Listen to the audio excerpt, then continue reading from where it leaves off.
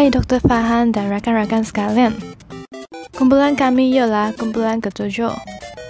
Tajuk poster kumpulan kami ialah Kesan Pemikiran Liberalisme dalam Sistem Pendidikan Sesebuah Negara. Sekarang saya ingin membuat penerangan tentang bahagian abstrak.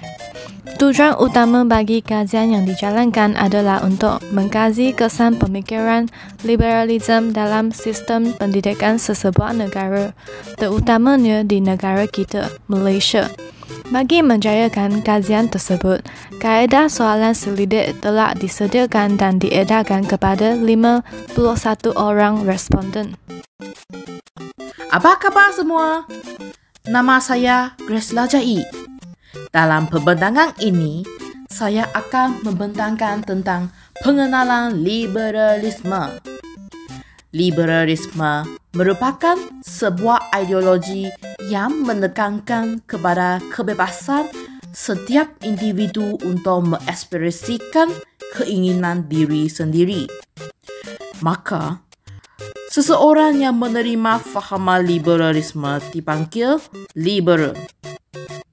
Setiap individu berhak untuk menentukan diri sendiri dalam berbagai hak umum, seperti hak politik, hak beragama, dan lain-lain.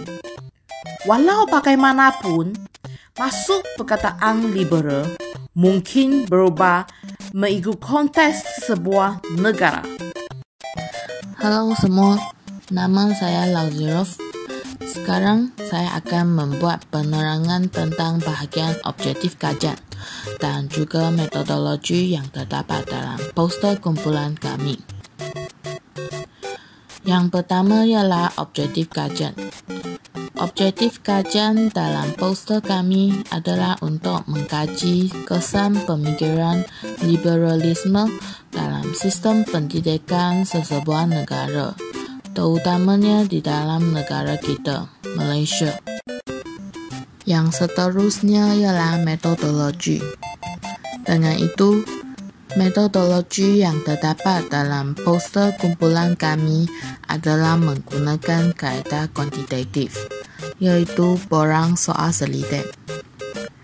Kami telah membuat borang survei Google atau disebutkan sebagai Google Form Feedback. Borang soal selidik kumpulan kami telah dibahagikan kepada dua bahagian yang dikemukakan dalam borang tersebut, yaitu profil bagi responden dan persoalan tentang kesan pemikiran liberalisme dalam sistem pendidikan di Malaysia. Hai semua, nama saya Emily Yong Li Yu. Sekarang, saya akan membuat penerangan tentang bahagian hasil kajian dalam poster kami. Daripada hasil kajian yang telah dijalankan, seramai 51 responden yang telah berjaya kami dikumpulkan daripada golongan umur 18 hingga 49 tahun.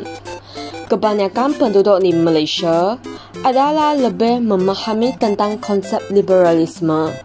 Walau bagaimanapun, juga terdapat sesetengah responden yang tidak setuju atau sangat tidak setuju dengan mengamalkan konsep liberalisme dari sistem pendidikan di negara kita.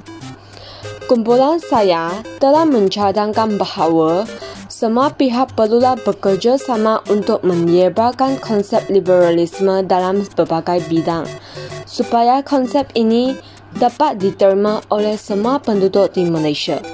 Hal ini demikian kerana konsep liberalisme merupakan sesebuah ideologi yang akan menekankan kepada kebebasan setiap individu dan mendatangkan kebaikan kepada sesebuah masyarakat dan negara.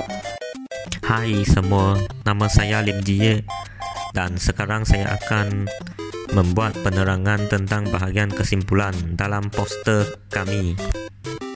Kesimpulannya, kebanyakan rakyat Malaysia telah memahami konsep pemikiran liberalisme. Rakyat Malaysia juga telah memahami hak kebebasan dan persamaan hak seseorang. Walaupun begitu, pemikiran liberalisme masih menghadapi cabaran di bidang pendidikan masyarakat kini. Hal ini disebabkan pelajar masih terikat dengan sistem pengajaran sekolah yang teratur dan ketat. Tetapi, pemikiran setiap orang akan berubah dari semasa ke semasa. Terdapat banyak responden yang mempunyai pandangan terbuka dan